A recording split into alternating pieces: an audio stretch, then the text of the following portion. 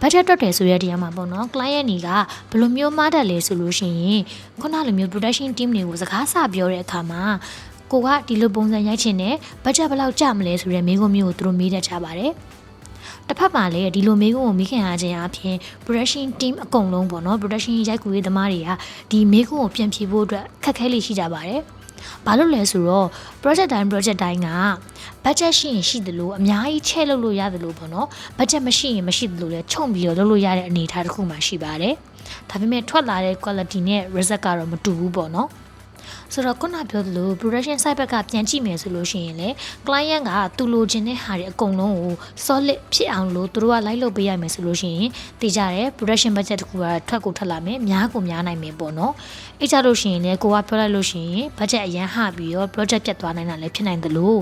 အဲ့လိုမဟုတ်ဘဲနဲ့ပေါ့နော်အလုပ်တစ်ခုရအောင်ဆိုပြီးတော့ပေါ့ဘာပဲရိုက်မယ်ဆိုပြီးတော့ budget တစ်ခုကိုတောင်းလိုက်တယ်ဖြစ်ချင်တော့ budget ကလည်းညော့နေတယ်အဲ့ဒါကိုထွက်လာတဲ့ result ကလည်းဒီ client ကစိတ်တိုင်းမကျဘူးဆိုတဲ့ပြဿနာမျိုးတွေလည်းဖြစ်ကောင်းဖြစ်လာနိုင်တယ်ပေါ့နော်